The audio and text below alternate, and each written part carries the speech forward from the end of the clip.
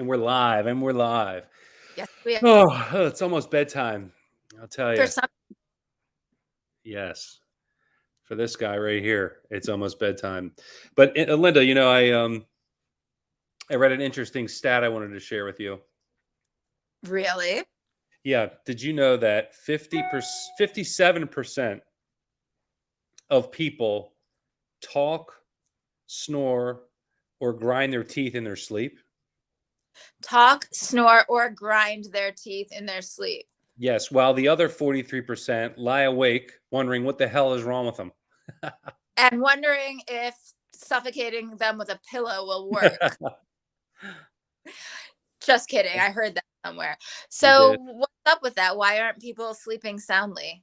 Talk, Well, snore. you know what? Sleep is the most important thing to your health.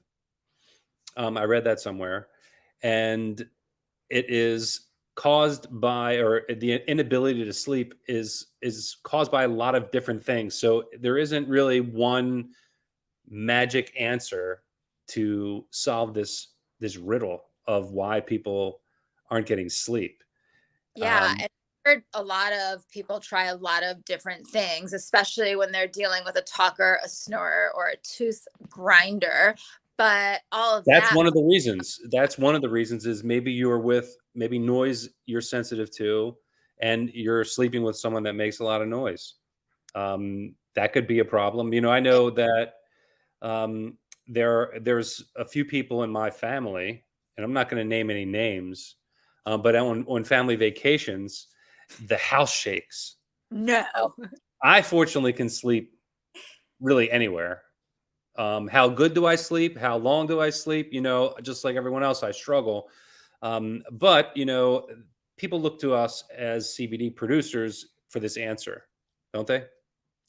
They always ask, is it going to help me sleep? That's probably the number one question. Well, actually, And what they ask is which one is for sleep. that's like the number two question. That's Right. like, no, there's more than one. So that's like an advanced question. So give So, us like, some wisdom on sleep, and how should we think of CBD playing a role in sleep? so the short answer is there is no single magic bullet to getting good sleep. But one thing that keeps coming up as a cause of sleep or insomnia is anxiety. What happened? Oh, there I am. Yeah, So it yeah. could be situational. It could be worry about something that's happening the next day. It could be long-term anxiety, like persistent worry. So the thoughts that happen at night that keep you up, that's probably the most common cause of insomnia. Other issues that cause insomnia could be a long-term illness. It could be chronic pain. It could be worry about all kinds of things tied to your health. Some people get to a certain point in their life, female people who are experiencing disrupted sleep because of hormonal changes, perimenopause, menopause, hot flashes.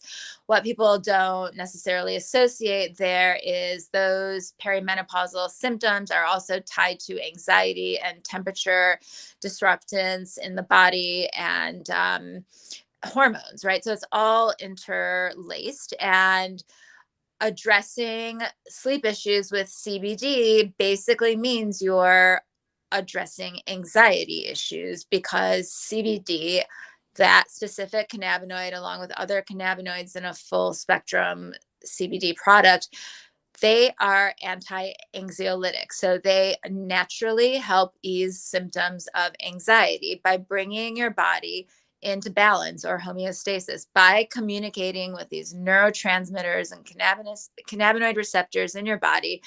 The communication goes back and forth. It's like a loop, and it helps your body recognize there's no immediate danger. You can calm down and everything's safe. So your body starts to calm down. CBD doesn't make you drowsy unless you've taken a lot.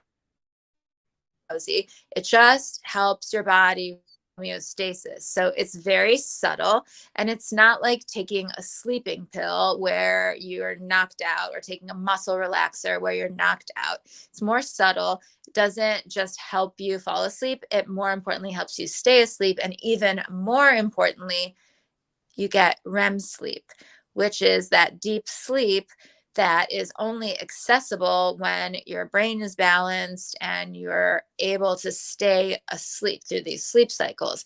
And the difference between using CBD for sleep and using high THC products like medical marijuana, I don't like the term, but cannabis products that are intoxicating, those actually disrupt your REM cycle. It's like drinking, having some cocktails. You're going to fall asleep, but your brain's not going to go into REM sleep. It's going to be disrupted because your body can't fully rest and recuperate, because you've got all these intoxicating agents going through your body, still interacting with your brain, liver, everything else. So you're not in REM sleep. So you're going to sleep, but it will be disrupted. And when you wake up, you're not going to be well rested. You're going to be exhausted and hungover, because you still have these intoxicants in your body. So why would someone use CBD for sleep rather than drink their wine or smoke or ingest an edible? Well, it's because you want REM sleep so that when you wake up, you are well rested, not hungover or still a little bit high, or just exhausted because your brain never got to rest. Is that a short enough and sweet answer? Wow, you're fired up tonight. I don't know if you're ever going to get sleep. You must have had coffee late in the day. I had like Um, 7. I'm in well, big trouble. I agree with what you say, and I think, like with everything, there's a balance, and everyone is different. So to say that, what CBD does or THC does in a broad sense has a lot to do with the dose, right, and how much you take. Like if you're struggling with certain things, it might be helpful to have a little THC, and a little more CBD, or vice versa, depending on what you're struggling with, because it's so complicated. And I think overall, to me, the takeaway from a lot of this is one, a little bit of alcohol will be okay, but if you're getting really wasted, to try to knock yourself out. The same with THC. Like if you just want to get super stoned, it may help you fall asleep, or if you eat like a whole gummy, you may not remember the night, but you're really not going to get into that sleep. So using these cannabinoids delicately, you most likely will have a better outcome. And yeah, I think that's important to recognize.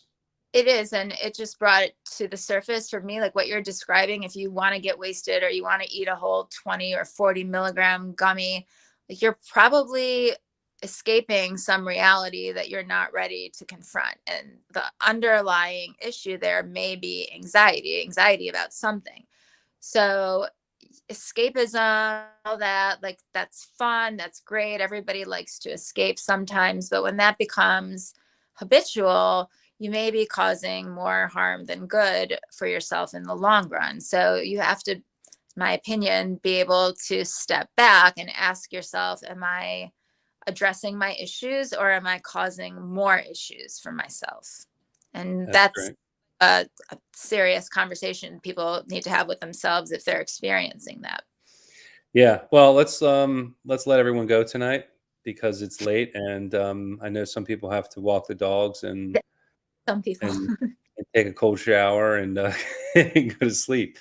But this is That's not the last time we're going to talk about sleep. So if you have any interest in hearing more about things that you can do, tips or tricks, certain strategies that are available, people to go to help, let us know. We're here to help you with those kind of things. Any absolutely. final words, Linda?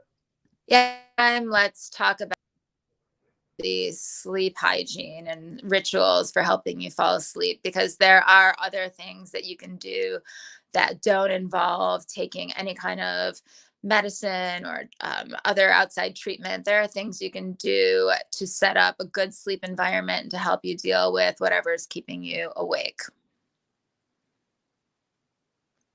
Great. That's very good. Very true. Thank you very much, Chief Mythbuster. I think that's a perfect title for you. And with all that, I say we bid you good night. And until tomorrow, Good night. good night's sleep. We'll try. All right. How do I tag Taylor in this thing?